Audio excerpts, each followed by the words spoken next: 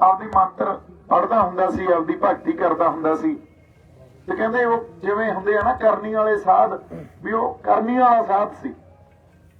जदों उहनूं पता लग्या भी उत्थे कोई इहो जिहा पुरुष आया, उदों तक तां इह नहीं पता सी भी वो महापुरुष आ। दर्शन नहीं होए सी भी जिहने आके उत्थे खून बहाता मेरे आश्रम च, ते आके ओह गुरु साहब नाल गिला करदे आ भी तुसीं मेरे आश्रम नूं भ्रिष्ट करता, ਇੱਥੇ खून बहाया। गुरु साहब कहते भी तेनों आपदे आश्रम च खून बहाया तो दिस रहा, ਜਿਹੜੀਆਂ खून ਦੀਆਂ ਨਦੀਆਂ संसार च बह रहीਆਂ, मजलूमां दे खून ਦੀਆਂ नदियां बह रहीਆਂ, ਉਹ ਨਹੀਂ ਦਿੰਦੀਆਂ ਤੈਨੂੰ। बस ਚਾਨਣ हो गया, पैरां च पै गया। गल जदों समझ आउणी होवे, जदों कोई ज्ञान ਉਹ भी गुरु साहब वर्गी शख्सियत सामने बैठी होवे, कुछ गल्लां बिना कहे ही समझियां जांदियां हुंदियां। जदों इसे गल ते वापस आउणे, इहदे विच एक होर गल बड़ी इंपॉर्टेंट आ। दमदमा साहब दी धरती ते धीर मल्लियां कोले गुरु ग्रंथ साहब जिहड़ा पुरातन सी, ਉਹ ਲੈਣ ਵਾਸਤੇ ਸਿੰਘ ਗੁਰੂ ਸਾਹਿਬ ਨੇ ਭੇਜੇ, ਤੇ ਧੀਰ ਮੱਲੀਆਂ ਨੇ ਇਹ ਸੁਨੇਹਾ ਭੇਜਿਆ ਸਿੰਘਾਂ ਹੱਥ ਵੀ ਤੁਹਾਡਾ ਗੁਰੂ ਤਾਂ ਸਮਰੱਥ ਆ, ਉਹਨੂੰ ਕੀ ਲੋੜ ਹੈ ਗ੍ਰੰਥ ਸਾਹਿਬ ਦੀ। ਇਹ ਆ ਕੇ ਜਦੋਂ ਸੁਨੇਹਾ ਗੁਰੂ ਸਾਹਿਬ 10ਵੇਂ ਪਾਤਸ਼ਾਹ ਨੂੰ ਦਿੱਤਾ ਸਿੱਖਾਂ ਨੇ, ਗੁਰੂ ਸਾਹਿਬ ਕਹਿੰਦੇ ਬਹਿ ਜਾਓ, ਤੇ ਸਾਰੀ ਬਾਣੀ ਆਏ ਮੂੰਹ ਜਵਾਨੀ ਉਹ ਲਿਖਾਤੀ।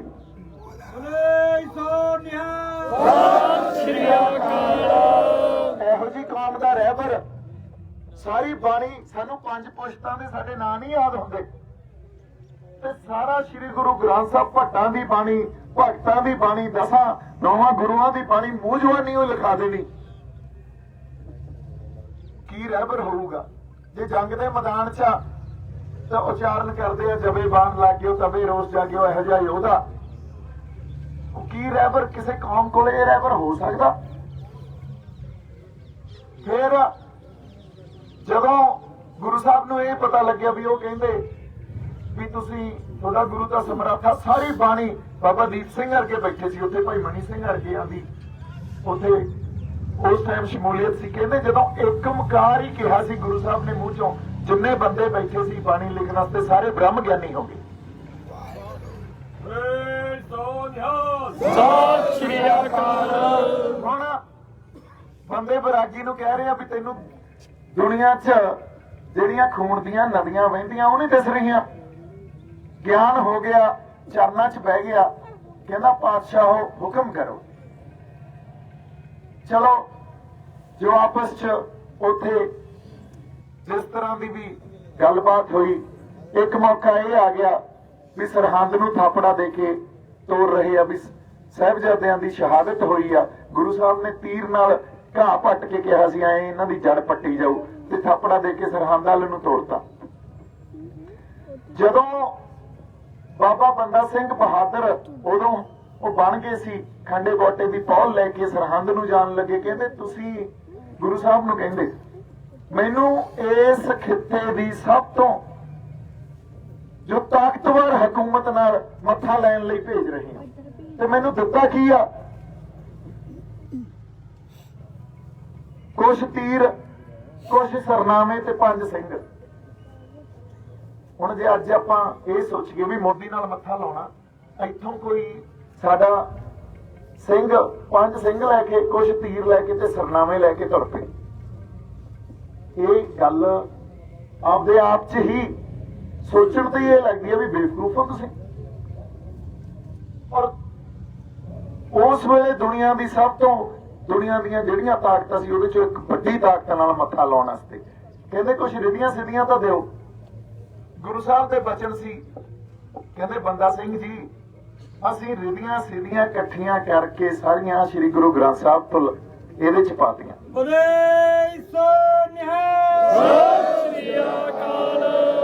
ਅਰਦਾਸ ਬੇਨਤੀ ਕਰੋ, ਸ੍ਰੀ ਗੁਰੂ ਗ੍ਰੰਥ ਸਾਹਿਬ ਤੋਂ ਰਿਧੀਆਂ ਸਿੱਧੀਆਂ ਲੈ ਲਓ। ਅਰਦਾਸ ਬੇਨਤੀ ਕੀਤੀ ਗਈ ਤੇ ਅਰਦਾਸ ਕਰਕੇ ਅਰਦਾਸ ਸੋਧ ਕੇ ਤੁਰ ਪਏ, ਪੰਜਾਬ ਨੂੰ ਤੁਰ ਪਏ।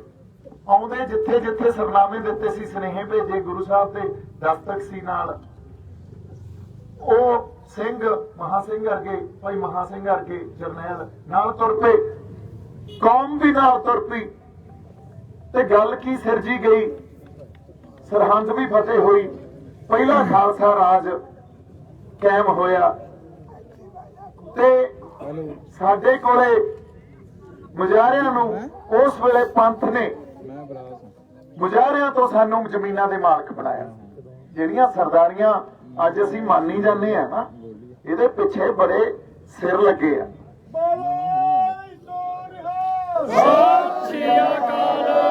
ਇਹ ਸਰਦਾਰੀਆਂ ਇਹ ਨਹੀਂ ਆਈਆਂ, ਇਹ ਕਿਸੇ ਰਾਜੇ ਦੀਆਂ ਦਿੱਤੀਆਂ ਨੰਬਰਦਾਰੀਆਂ ਨਹੀਂ ਸੀ, ਕਿਸੇ ਰਾਜੇ ਦੀਆਂ ਦਿੱਤੀਆਂ ਇਹ ਜੈਲਦਾਰੀਆਂ ਨਹੀਂ ਸੀ। ਇਹ ਸਰਦਾਰੀਆਂ ਦੇ ਪਿੱਛੇ ਸਿਰ ਲੱਗੇ ਆ। ਸ਼ਹਾਦਤਾਂ ਹੋਈਆਂ ਸਾਡੀ ਪੁਰਾਤਨ ਸਿੰਘਾਂ ਦੀਆਂ, ਸਾਡੇ ਗੁਰੂਆਂ ਦੀਆਂ। ਸੋ ਤੁਸੀਂ ਵੇਖੋ, ਸਰਹੰਦ ਫਤਿਹ ਕਰ ਲਈ, ਪਰ ਸਰਹੰਦ ਦੀ ਚੱਪੜਚਿੜੀ ਦੇ ਮੈਦਾਨ 'ਚ ਜਦੋਂ ਲੜਾਈ ਹੋ ਰਹੀ ਆ, ਹੁਣ ਰਿਧੀਆਂ ਸਿੱਧੀਆਂ ਕਿਵੇਂ ਪ੍ਰਗਟ ਹੁੰਦੀਆਂ? ਜਦੋਂ ਕੌਮ ਨੇ ਨਾਲ ਸਾਥ ਦਿੱਤਾ, ਕਿਉਂਕਿ ਕੌਮ ਜਾਗਦੀ ਸੀ ਉਸ ਵੇਲੇ, ਕੌਮ ਨੇ ਸਾਥ ਦਿੱਤਾ। ਕੋਈ ਟਕੂਆ ਚੱਕ ਕੇ, ਕੋਈ ਗੰਡਾਸਾ ਚੱਕ ਕੇ, ਕੋਈ ਜਮਾ ਨੰਗੇ, ਉਹਦੇ ਕੋਲੇ ਕੁਝ ਵੀ ਨਹੀਂ, ਆਈ ਆ ਗਿਆ ਨਾਲ ਵੀ ਚਲੋ। ਕੋਈ ਸ਼੍ਰੀ ਸਾਹਿਬ ਕਿਸੇ ਨੇ ਚੱਕੀ, ਕਿਸੇ ਵਿਰਲੇ ਕੋਲੇ ਬੰਦੂਕ ਹੋਣੀ ਆ। ਤੇ ਚੱਪੜਚਿੜੀ ਦੇ ਮੈਦਾਨ 'ਚ ਜਦੋਂ ਯੁੱਧ ਹੋਇਆ, ਉਸ ਵੇਲੇ ਇੱਕ ਪਾਸੇ ਫੌਜ ਹਾਥੀਆਂ ਤੇ ਘੋੜਿਆਂ ਤੇ ਤੋਪਾਂ ਨਾਲ ਲੈਸ, ਆਧੁਨਿਕ ਉਸ ਵੇਲੇ ਦੇ ਹਥਿਆਰਾਂ ਨਾਲ ਲੈਸ, ਤੇ ਇੱਕ ਪਾਸੇ ਜਿਵੇਂ ਅੱਜ ਆਪਾਂ ਤੁਰ ਪਈਏ ਕਿੱਧਰ ਨੂੰ ਵੀ ਚਲੋ ਯਾਰ ਜੋ ਜਿਹਨੂੰ ਘਰੋਂ ਮਿਲਦਾ ਚੱਕ ਕੇ ਤੇ ਤੁਰ ਪਓ। ਕਹਿੰਦੇ ਵਜ਼ੀਰ ਖਾਨ ਨੂੰ ਘੋੜੇ ਹਾਥੀ ਤੋਂ ਲਾ ਕੇ ਘੋੜੇ ਤੇ ਆ ਗਿਆ ਉਹ। ਜਦੋਂ ਮਹਾ ਸਿੰਘ ਵਰਗੇ ਸਰਦਾਰਾਂ ਨੇ ਅੰਦਰੋਂ ਟੇਢਾ ਪਾੜਤਾ, ਦੋ ਟੋਟੇ ਕਰਤਾ ਤੇ ਫੌਜ ਭੱਜ ਗਈ ਸਾਰੀ। ਜਦੋਂ ਇਹ ਆਲਮ ਦੇਖਿਆ ਤਾਂ ਜਿਹੜੀ ਫੌਜ ਕੋਲੇ ਕੋਈ ਪੈਰਾਂ ਤੋਂ ਨੰਗੇ ਸੀ, ਹੱਥਾਂ 'ਚ ਹਥਿਆਰ ਨਹੀਂ ਸੀ, ਘੋੜੇ ਨਹੀਂ ਸੀ, ਹਾਥੀ ਨਹੀਂ ਸੀ, 15 ਮਿੰਟਾਂ ਦੇ ਅੰਦਰ ਅੰਦਰ ਉਹ ਫੌਜ ਕੋਲੇ ਉਹ ਸਾਰੇ ਹਥਿਆਰ ਵੀ ਆ ਗਏ, ਘੋੜੇ ਵੀ ਆ ਗਏ, ਤੋਪਾਂ ਵੀ ਆ ਗਈਆਂ। ਆ ਹੁੰਦੀਆਂ ਰਿਧੀਆਂ ਸਿੱਧੀਆਂ ਜਦੋਂ ਗੁਰੂ 'ਚ ਭਰੋਸਾ ਕਰਕੇ।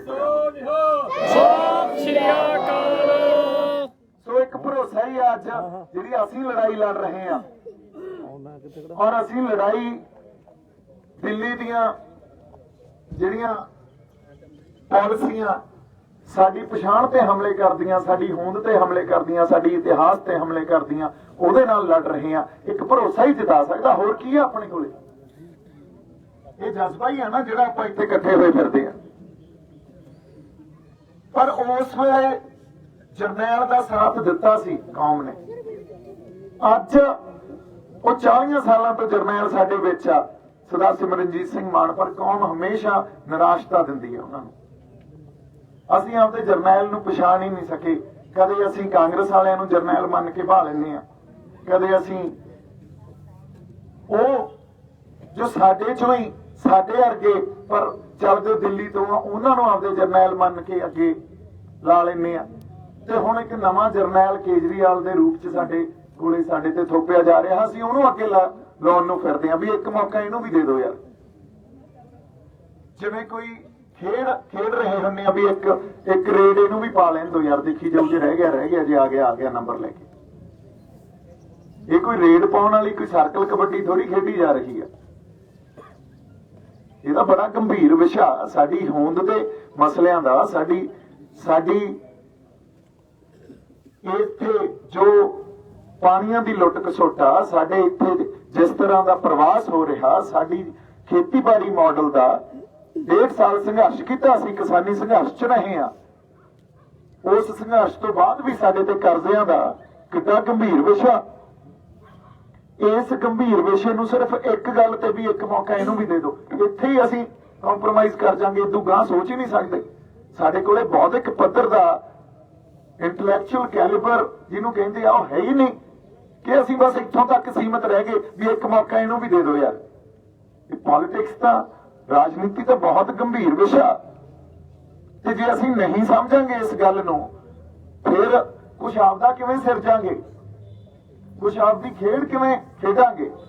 ਸਾਡੇ ਕੋਲੇ ਸਾਡੇ ਆਗੂ, ਸਾਡੇ ਜਰਨੈਲ ਹੋਣੇ ਚਾਹੀਦੇ ਆ ਜਿਹੜੇ ਇਸ ਧਰਤੀ ਤੇ ਆਗੂ ਦਾ ਦਾਅਵਾ ਪੇਸ਼ ਕਰ ਸਕਣ। ਕੇਜਰੀਵਾਲ ਕਿਵੇਂ ਦਾਅਵਾ ਪੇਸ਼ ਕਰ ਸਕਦਾ ਇਸ ਧਰਤੀ ਤੇ? ਕੀ ਸੰਘਰਸ਼ ਆ ਉਹਦਾ ਇਸ ਧਰਤੀ ਲਈ? ਉਹਨੇ ਜੇਲਾਂ ਕੱਟੀਆਂ, 40 ਸਾਲ ਹੋ ਗਏ ਉਹਨੂੰ ਇਸ ਧਰਤੀ ਤੇ ਜੇਲਾਂ ਕੱਟਦੇ ਨੂੰ, ਤਸੀਹਾਂ ਝੱਲਦੇ ਨੂੰ, ਨਹੀਂ ਹੋਏ। ਪਰ ਮਾਨ ਸਾਹਿਬ ਦੇ ਪਿੱਛੇ ਤਾਂ 4 ਦਹਾਕੇ ਪਏ ਆ, ਹਜੇ ਤੱਕ ਬੇਦਾਗ ਖੜੇ ਆ, ਤੇ ਅਸੀਂ ਪਛਾਣ ਹੀ ਨਹੀਂ ਸਕੇ ਵੀ ਸਾਡਾ ਜਰਨੈਲ ਤੇ ਸਾਡਾ ਆਗੂ ਕੌਣ ਆ। ਤੇ ਜੇ ਅਸੀਂ ਨਹੀਂ ਪਛਾਣ ਸਕੇ, ਕਿਤੇ ਨਾ ਕਿਤੇ ਸਾਡੀ ਜ਼ਮੀਰਾਂ ਨੇ ਸਾਨੂੰ ਅੰਦਰੋਂ ਨਹੀਂ ਜਗਾਇਆ। ਪਰ ਕਿਸਾਨੀ ਸੰਘਰਸ਼ ਚੋਂ ਲੰਘ ਕੇ ਚੋਣਾਂ ਆ ਰਹੀਆਂ, ਹੁਣ ਤਾਂ ਜ਼ਮੀਰਾਂ ਜਾਗਦੀਆਂ। ਨਾਰਮਲ ਜਦੋਂ ਸਿਚੁਏਸ਼ਨ ਹੁੰਦੀ ਹੈ ਨਾ, ਨਾਰਮਲ ਸਿਚੁਏਸ਼ਨ ਚ ਤਾਂ ਹਰ ਬੰਦਾ ਇਹ ਕਹਿੰਦਾ ਵੀ ਮੈਂ ਪੰਥਕ ਆ।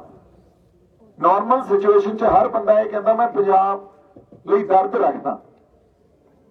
ਪਰ ਅਸਲ ਫਰਕ ਤਾਂ ਕ੍ਰਾਈਸਿਸ ਵੇਲੇ ਹੁੰਦਾ। ਜਦੋਂ ਸਾਡੇ ਤੇ ਕ੍ਰਾਈਸਿਸ ਹੁੰਦਾ, ਉਦੋਂ ਸਾਡੇ ਨਾਲ ਕੌਣ ਖੜਦਾ? ਨਾਰਮਲ ਸਿਚੁਏਸ਼ਨ ਚ ਤਾਂ ਮੈਨੂੰ ਵੀ ਕੁਝ ਨਹੀਂ ਪਤਾ ਸੀ, ਸਨੀ ਦਿਓਲ ਨਾਲ ਚੋਣਾਂ ਲੜਦਾ ਫਿਰਦਾ ਸੀ। ਪਰ ਜਿੱਦੇ ਕ੍ਰਾਈਸਿਸ ਆਇਆ, ਮੇਰੀ ਵੀ ਜ਼ਮੀਰ ਉਦਾਂ ਹੀ ਜਾਗੀ। ਇਹ ਸਿਚੁਏਸ਼ਨਸ ਹੀ ਹੁੰਦੀਆਂ, ਮੌਕੇ ਹੁੰਦੇ ਆ। ਪਰ ਜਿੱਦੇ ਕ੍ਰਾਈਸਿਸ ਆਇਆ ਸਾਡੇ ਤੇ, ਜਿਹੜੇ ਪੰਥਕ ਬਣੇ ਫਿਰਦੇ ਸੀ ਉਹਨਾਂ ਨੂੰ ਵੀ ਨਿਸ਼ਾਨ ਸਾਹਿਬ ਲਾਲ ਕਿਲੇ ਤੇ ਜਦੋਂ ਝੂਲੇ ਉਹ ਚੁਭੇ। ਹੁਣ ਅਸੀਂ 550 ਸਾਲ ਦਾ ਸਾਡਾ ਨਿਸ਼ਾਨ, ਉਹ ਤੋਂ ਮੁਨਕਰ ਹੋ ਜਾਈਏ, ਇਹਦਾ ਮਤਲਬ ਗੁਰੂ ਤੋਂ ਮੁਨਕਰ ਹੋ ਜਾਏ। ਗੁਰੂ ਨਹੀਂ ਦਿੱਤਾ ਸਾਨੂੰ ਉਹ ਨਿਸ਼ਾਨ। ਅਸੀਂ ਸਵਾਲ ਹੀ ਨਹੀਂ ਪੁੱਛਿਆ ਵੀ ਕੀ ਫਰਕ ਪੈਂਦਾ ਸੀ ਜੇ ਅਸੀਂ ਉੱਥੇ ਬਹਿ ਜਾਂਦੇ। ਅੱਜ ਸਾਡੇ ਕਰਜ਼ੇ ਵੀ ਮਾਫ ਹੋਣੇ ਸੀ, ਅੱਜ ਨਵਾਂ ਖੇਤੀਬਾੜੀ ਮਾਡਲ ਵੀ ਮਿਲਣਾ ਸੀ, ਕਾਨੂੰਨ ਵੀ ਕੈਂਸਲ ਹੋਣੇ ਸੀ, ਤੇ ਅਸੀਂ ਬੰਦੀ ਸਿੰਘਾਂ ਨੂੰ ਵੀ ਰਿਹਾ ਕਰਾ ਕੇ ਲੈ ਕੇ ਆਉਂਦੇ। ਪਰ ਕਿਸੇ ਨੇ ਨਹੀਂ ਇਹ ਸਵਾਲ ਪੁੱਛਿਆ।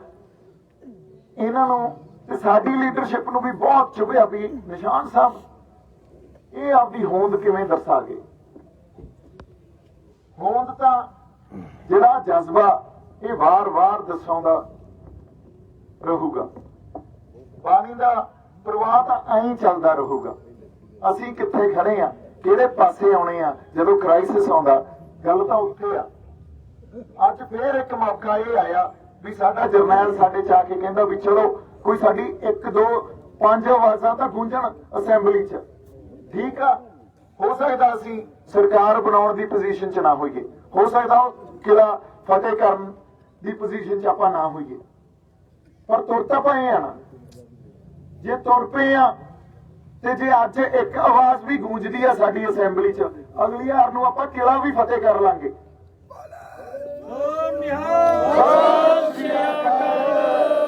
ਜਿਨ੍ਹਾਂ ਨੇ ਸਰਕਾਰਾਂ ਬਣਾਤੀਆਂ ਉਹਨਾਂ ਨੇ ਸਾਡਾ ਕੀ ਕਰਤਾ? ਸੋ ਜੇ ਇੱਕ ਆਵਾਜ਼ ਵੀ ਗੂੰਜਦੀ ਆ ਦੁਸ਼ਮਣ ਦੇ ਕਿਲੇ 'ਚ, ਸਾਡੀ ਆਵਾਜ਼ ਤਾਂ ਗੂੰਜ ਰਹੀ ਆ। ਅਗਲੀ ਵਾਰ ਨੂੰ ਸਰ ਕਰ ਲਾਂਗੇ ਆਪਾਂ, ਪਰ ਇਖਤਿਆਰ ਦੀਆਂ ਜ਼ਮੀਰਾਂ ਨੂੰ ਹਲੂਣਾ ਦਿਓ। ਥੋੜਾ ਜਿਹਾ ਪਛਾਣੋ ਤੁਹਾਡਾ ਜਰਨੈਲ ਕੌਣ ਆ। ਮੇਰੇ ਵਰਗਾ ਆ ਕੇ ਇਹ ਦਾਵਾ ਕਰਦਾ ਵੀ ਮੈਂ ਪੰਜਾਬ ਲਈ ਤੁਰਿਆ ਫਿਰਦਾ, ਸਾਲ 1.5 ਸਾਲ 2 ਸਾਲ ਬਾਅਦ ਫਿਰ ਬਹਿ ਜਾਂਦਾ ਵੀ ਨਹੀਂ ਯਾਰ ਇੱਥੇ ਤਾਂ ਤੌਮਤਾਂ ਹੀ ਲੱਗਣੀਆਂ, ਬਦਨਾਮੀ ਪੱਲੇ ਪੈਣੀ ਆ।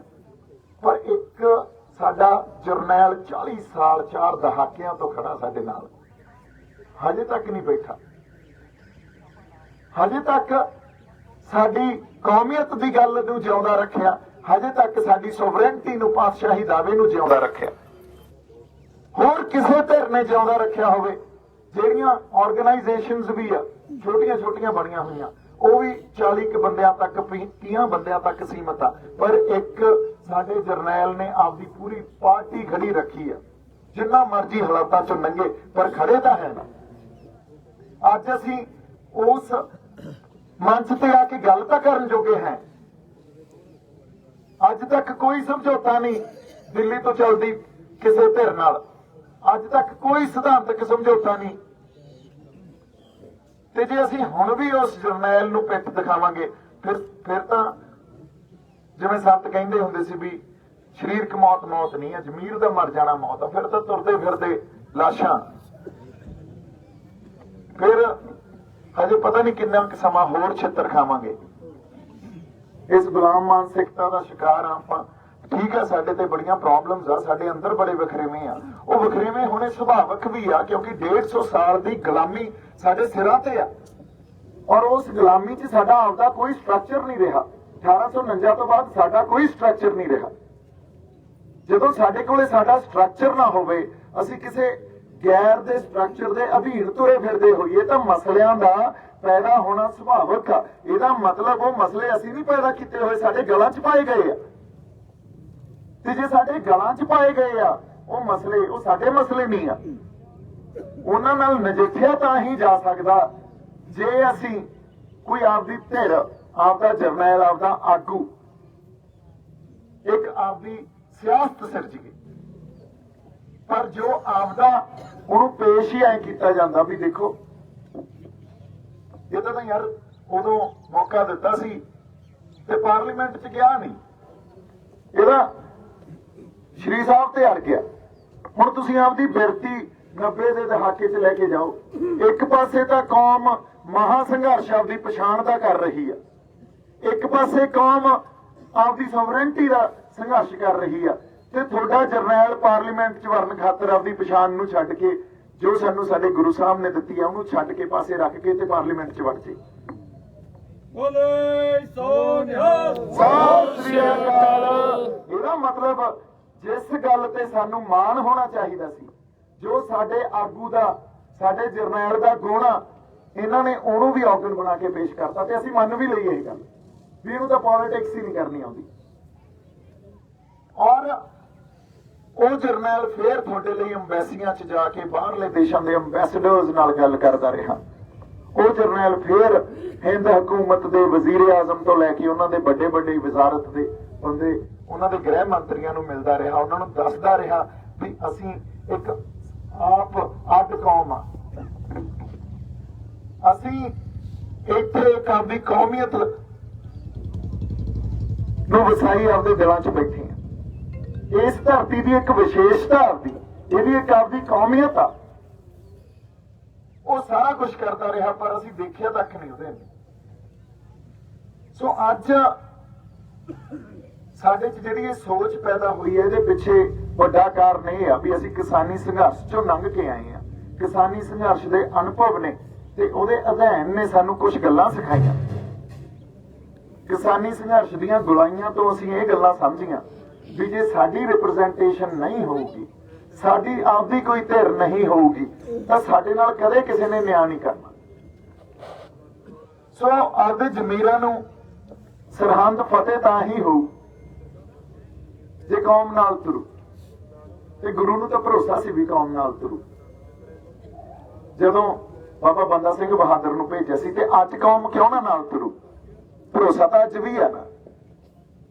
ਜੇ ਅਸੀਂ ਗੁਰੂ ਤੋਂ ਬੇਮੁਖ ਹੁੰਨੇ ਆ, ਬਦਾਵਾ ਲੈ ਕੇ ਆਪਦੀ ਪਿੱਠ ਘੜ ਕੇ ਖੜੇ ਹੁੰਨੇ ਆ, ਫਿਰ ਇਹ ਤੁਹਾਡੇ ਤੇ ਗੁਰੂ ਚ ਗੱਲ।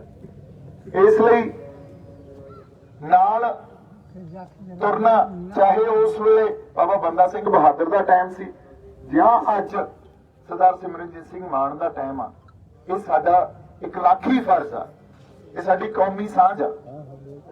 ਸੋ ਇਸ ਲਈ ਮੇਰੀ ਅਰਦਾਸ ਬੇਨਤੀ ਆ। ਬਾਕੀ ਇਹ ਜ਼ਰੂਰ ਆ ਵੀ ਆਪਾਂ ਚੋਣਾਂ ਨੂੰ ਲੈ ਕੇ ਹੋਰ ਬੜੀਆਂ ਗੱਲਾਂ ਕਰ ਸਕਦੇ ਹਾਂ, ਇੰਪਲੋਇਮੈਂਟ ਦੀ ਗੱਲ ਕਰ ਸਕਦੇ ਹਾਂ, ਆਪਾਂ ਇੱਥੇ ਐਜੂਕੇਸ਼ਨ ਦੀ ਗੱਲ ਕਰ ਸਕਦੇ ਹਾਂ, ਆਪਾਂ ਇੱਥੇ ਇਨਫਰਾਸਟ੍ਰਕਚਰ ਦੀ ਗੱਲ ਕਰ ਸਕਦੇ ਹਾਂ, ਆਪਾਂ ਮਾਡਰਨ, ਇੱਕ ਜਿਹੜੀ ਮਾਡਰਨ ਪੋਲਿਟਿਕਸ ਦਾ ਰੂਪ ਆ ਉਹਦੀ ਵੀ ਗੱਲ ਕਰ ਸਕਦੇ ਹਾਂ। ਪਰ ਇੱਕ ਸਵਾਲ ਮੈਂ ਪੁੱਛਣਾ ਚਾਹਣਾ, ਸਾਡੇ ਪਿੱਛੇ ਇੰਨਾ ਅਨਿਆਂ ਪਿਆ, ਸਾਡੀਆਂ ਧੀਆਂ ਭੈਣਾਂ ਦੀ ਵਿਪੱਤੀ ਪਈ ਆ, ਸਾਡੇ ਝੂਠੇ ਮੁਕਾਬਲੇ ਪਏ ਆ, 84 ਦੀ ਨਸਲਕੁਸ਼ੀ ਪਈ ਆ, 84 ਤੋਂ ਲੈ ਕੇ 92 ਤੱਕ ਜੋ ਨਸਲਕੁਸ਼ੀ ਸਾਡੇ ਨਾਲ ਕੀਤੀ ਉਹ ਸਭ ਕੁਝ ਪਿਆ, ਸਾਨੂੰ ਬਦਨਾਮ ਕੀਤਾ ਗਿਆ ਉਹ ਪਿਆ, ਉਹ ਨਿਆਂ ਤਾਂ ਸਾਨੂੰ ਕਦੇ ਨਹੀਂ ਮਿਲਿਆ। ਤੇ ਅਸੀਂ ਇਹ ਕਹੀਏ ਵੀ ਨਹੀਂ ਚਲੋ ਇਹ ਸਭ ਕੁਝ ਭੁੱਲੇ ਤੇ ਤੁਸੀਂ ਆ ਗਲੀਆਂ ਨਾਲੀਆਂ ਸਾਡੀ ਪੱਕੀਆਂ ਕਰਾ ਦਿਓ ਯਾਰ, ਠੀਕ ਆ ਅਸੀਂ ਤੁਹਾਨੂੰ ਵੋਟਾਂ ਪਾ ਦਿੰਦੇ ਆ, ਫਿਰ ਤਾਂ ਬੇਗੈਰਤੀ ਹੋਈ ਨਾ। ਜੇ ਤੁਹਾਨੂੰ ਅਸੀਂ ਇਹ ਚੁਆਇਸ ਦੇ ਦਈਏ ਵੀ ਇੱਕ ਪਾਸੇ ਇੰਨਾ ਵੱਡਾ ਅਨਿਆਂ, ਤੇ ਇਹ ਮਤ ਭੁੱਲੋ ਵੀ ਇਹ ਅਨਿਆਂ ਇੱਥੇ ਹੀ ਖਤਮ ਹੋ ਗਿਆ, ਇਹਦਾ ਦਿਨ ਬ ਦਿਨ ਸਦੀਵੀ ਹੁੰਦਾ ਜਾ ਰਿਹਾ, ਪਰਪੈਚੁਏਟ ਹੋ ਰਿਹਾ।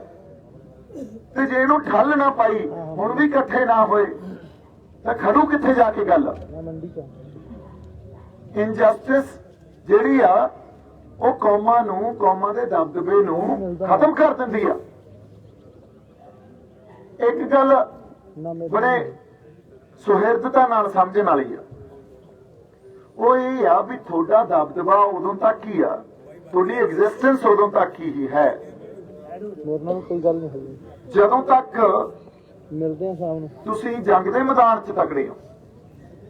ਇਹ ਜਿਹੜੇ ਕਹਿੰਦੇ ਆ ਨਾ ਅੱਜ ਦੀ ਇੱਕ ਮਾਡਰਨ ਐਜੂਕੇਸ਼ਨ, ਬਾਈ ਜੀ ਉਹ ਪਿੱਛੇ ਇੱਕ ਮਾਡਰਨ ਐਜੂਕੇਸ਼ਨ ਨੇ, ਇੱਕ ਨਵੇਂ ਗਿਆਨ ਵਿਗਿਆਨ ਨੇ ਇੱਕ ਹੋਰ ਬੜੀ ਗੱਲ ਪ੍ਰਚਲਿਤ ਕਰਤੀ, ਕਿਉਂਕਿ ਤੁਹਾਨੂੰ ਸਲੇਵਸ ਬਣਾਉਣਾ, ਤੁਹਾਨੂੰ ਗੁਲਾਮ ਬਣਾਉਣਾ। ਵੀ ਵਿਚਾਰਾਂ ਦਾ ਸਮਾਂ ਯਾਰ, ਇਹ ਤਾਂ ਇੱਥੇ ਜਿਹੜੀ ਵਾਇਲੈਂਸ ਕੁਝ ਨਹੀਂ ਕਰ ਸਕਦੀ। ਅਸੀਂ ਵਾਇਲੈਂਸ ਨੂੰ ਪ੍ਰਮੋਟ ਨਹੀਂ ਕਰ ਰਹੇ, ਪਰ ਤੁਹਾਨੂੰ ਇੱਕ ਗੱਲ ਸਮਝਣੀ ਜ਼ਰੂਰ ਚਾਹੀਦੀ ਹੈ। ਡਾਂਗ ਸੋਟੇ ਵਾਲੀ ਜ਼ਰੂਰਤ ਵੀ ਕੌਮ 'ਚ ਹੋਣੀ ਚਾਹੀਦੀ ਹੈ। ਉਹ ਤੋਂ ਬਿਨਾਂ ਕੌਮ ਦਾ ਦਬਦਬਾ, ਕੌਮ ਦੀ ਐਗਜ਼ਿਸਟੈਂਸ ਨੂੰ ਖਤਰਾ।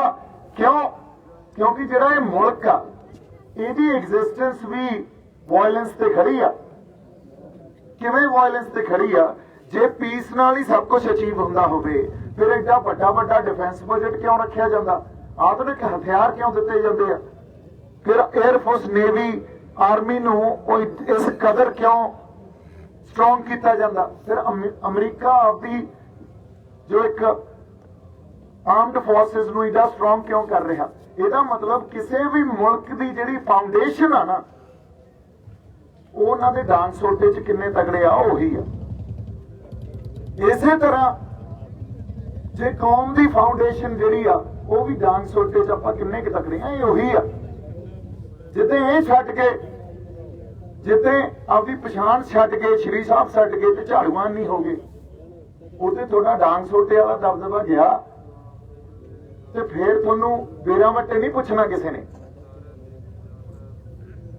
ਸੋ ਜਿਹੜੀ ਗੱਲ ਇਹ ਆ ਵੀ ਵਿਚਾਰਾਂ ਦੀ ਗੱਲ ਜਿੱਥੇ ਹੁੰਦੀ ਆ ਉੱਥੇ ਵਿਚਾਰ ਕਰਦੇ ਆ, ਜਿੱਥੇ ਡਾਂਗ ਸੋਟੇ ਦੀ ਗੱਲ ਹੁੰਦੀ ਆ ਉੱਥੇ ਡਾਂਗ ਸੋਟਾ ਹੀ ਕੰਮ ਕਰਦਾ। ਸੋ ਇਹ ਕੋਈ ਬਾਈਨਰੀਜ਼ ਨਹੀਂ ਆ ਜਿਹੜੀਆਂ ਜਮਾਤਾਂ ਵੀ ਅੱਜ ਕੱਲ ਯਾਰ ਵਿਚਾਰਾਂ ਦਾ ਸਮਾਂ, ਅੱਜ ਕੱਲ ਹਥਿਆਰਾਂ ਦਾ ਸਮਾਂ ਨਹੀਂ ਆ। ਆਪਾਂ ਹਥਿਆਰ ਪ੍ਰਮੋਟ ਨਹੀਂ ਕਰ ਰਹੇ, ਪਰ ਗੱਲ ਨੂੰ ਸਮਝੀਏ ਤਾਂ ਸਹੀ। ਜੇ ਸਾਡੇ ਤੋਂ ਸਾਡੀ ਸਵੈ ਰੱਖਿਆ ਲਈ ਸ਼੍ਰੀ ਸਾਹਿਬ ਹੀ ਖੋਲੀ ਤੇ ਸਾਡੇ ਹੱਥਾਂ 'ਚ ਝਾੜੂ ਫੜਾਤੇ ਜਾਂ ਕੋਈ ਹੋਰ ਪਛਾਣ ਦੇਤੀ, ਫਿਰ ਤਾਂ ਤੁਹਾਡੀ ਸੋਵਰੈਂਟੀ, ਤੁਹਾਡੀ ਖੁਦਮੁਖਤਿਆਰੀ ਦਾ ਪ੍ਰਤੀਕ ਆ ਉਹ। ਤੁਹਾਡੇ ਤੋਂ ਲੈ ਕੇ ਖੋ ਕੇ। ਇਹ ਖੁਦਮੁਖਤਿਆਰੀ ਤਾਂ ਸਾਡੇ ਗੁਰੂ ਨੇ ਸਾਨੂੰ ਦਿੱਤੀ ਸੀ। ਘਰ ਘਰ 'ਚ ਖੁਦਮੁਖਤਿਆਰੀ ਸੀ। ਡੈਮੋਕ੍ਰੇਸੀ ਦਾ ਜਿਹੜਾ ਇੱਕ ਬਹੁਤ ਬਿਊਟੀਫੁਲ ਐਸਪੈਕਟ ਹੀ ਇਹ ਆ ਵੀ ਤੁਹਾਡੇ ਕੋਲੇ ਤੁਹਾਡੀ ਜਿਹੜੀ ਖੁਦਮੁਖਤਿਆਰੀ ਆ ਉਹ ਘਰ ਘਰ 'ਚ ਹੋਵੇ। ਪਾਵਰ ਦੀ ਡਿਸਟ੍ਰੀਬਿਊਸ਼ਨ ਇਸ ਲੈਵਲ ਤੱਕ ਹੋਵੇ, ਉਹ ਪਰਿਵਾਰ ਦੀਆਂ ਇਕਾਈਆਂ ਤੱਕ ਜਾਵੇ।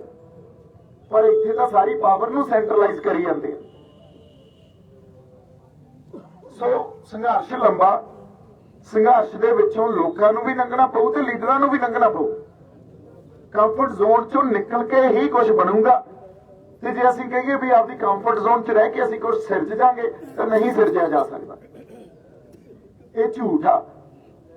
ਸੋ ਆਪਦੀ ਹੋਂਦ ਤੇ, ਆਪਦੀ ਪਛਾਣ ਤੇ, ਆਪਦੇ ਫਲਸਫਿਆਂ ਤੇ ਵਾਪਸ ਆਓ। ਉੱਥੇ ਆ ਕੇ ਹੀ ਕੁਝ ਆਪਾਂ ਸਿਰਜ ਸਕਦੇ ਹਾਂ। ਫੇਰ ਹੀ ਪੰਜਾਬ ਨੂੰ ਕਿਸੇ ਨਵੇਂ ਸਿਰਿਓਂ ਆਪਾਂ ਕੋਈ ਸੇਧ ਦੇ ਸਕਦੇ ਹਾਂ। ਇੰਨੀਆਂ ਕੁ ਗੱਲਾਂ ਕਰਨੀਆਂ ਸੀ। ਮਾਨ ਸਾਹਿਬ ਨੂੰ, ਸਰਦਾਰ ਮਾਨ ਸਿੰਘ ਮਾਨ ਜੀ ਨੂੰ ਇੱਥੋਂ ਜਿਤਾ ਕੇ ਭੇਜੋ। ਇਹ ਸਾਡਾ ਇੱਕ ਇਖਲਾਕੀ ਫਰਜ਼ ਆ, ਇੱਕ ਪਰਿਵਾਰਕ ਸਾਂਝ ਆ ਸਾਡੀ, ਇੱਕ ਕੌਮੀਅਤ ਦੀ ਵੀ ਸਾਡੀ ਸਾਂਝ ਆ। ਆਪਦੀਆਂ ਜ਼ਮੀਰਾਂ ਸਾਡੀਆਂ ਜਾਗਦੀਆਂ, ਇਹਦਾ ਸਬੂਤ ਆਪਾਂ ਦਈਏ। ਇਸੇ ਕਰਕੇ ਖੜੇ ਆ ਅੱਜ। ਦੇਖੋ ਤੁਸੀਂ, ਆਪਣੀ ਸਾਂਝ ਹੀ ਇਹ ਆ। ਇੱਕ ਸਿੱਖ ਸਟੂਡੈਂਟ ਫੈਡਰੇਸ਼ਨ ਤੋਂ ਜਿਹੜੇ ਜਸਪ੍ਰੀਤ ਸਿੰਘ ਜੀ, ਉਹ ਵੀ ਆਪਦੀ ਫੈਡਰੇਸ਼ਨ ਦੇ, ਸਾਰੀ ਸਟੂਡੈਂਟ ਫੈਡਰੇਸ਼ਨ ਦੇ ਨਾਲ ਇੱਥੇ ਸਾਡੇ 'ਚ ਆਏ ਆ। ਤਾਂ ਬਹੁਤ ਬਹੁਤ ਧੰਨਵਾਦ ਜੀ।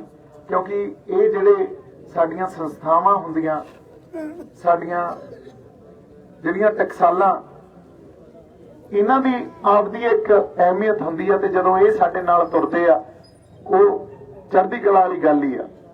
ਸੋ ਜ਼ਰੂਰੀ ਆ ਜਿਹੜੀਆਂ ਰਵਾਇਤਾਂ 'ਚ ਸਿੱਖ ਰਹੋ, ਰਵਾਇਤਾਂ 'ਚ ਜਿਹੜੀਆਂ ਟਕਸਾਲਾਂ, ਸੰਪਰਦਾਵਾਂ, ਜਿਹੜੇ ਕੋਈ ਇੰਸਟੀਟਿਊਟਸ ਗੁਰੂ ਸਾਹਿਬ ਵੇਲੇ ਦੇ ਤੋਂ ਬਾਅਦ ਬਣੇ ਆ, ਉਹਨਾਂ ਦਾ ਵੀ ਸਾਥ ਸਾਨੂੰ ਮਿਲੇ। ਬਹੁਤ ਸਾਰਾ ਪਿਆਰ ਤੇ ਸਤਿਕਾਰ। ਜਿਉਂਦੇ ਵਸਦੇ ਰਹੋ। ਵਾਹਿਗੁਰੂ ਜੀ ਕਾ ਖਾਲਸਾ, ਵਾਹਿਗੁਰੂ ਜੀ ਕੀ ਫਤਿਹ।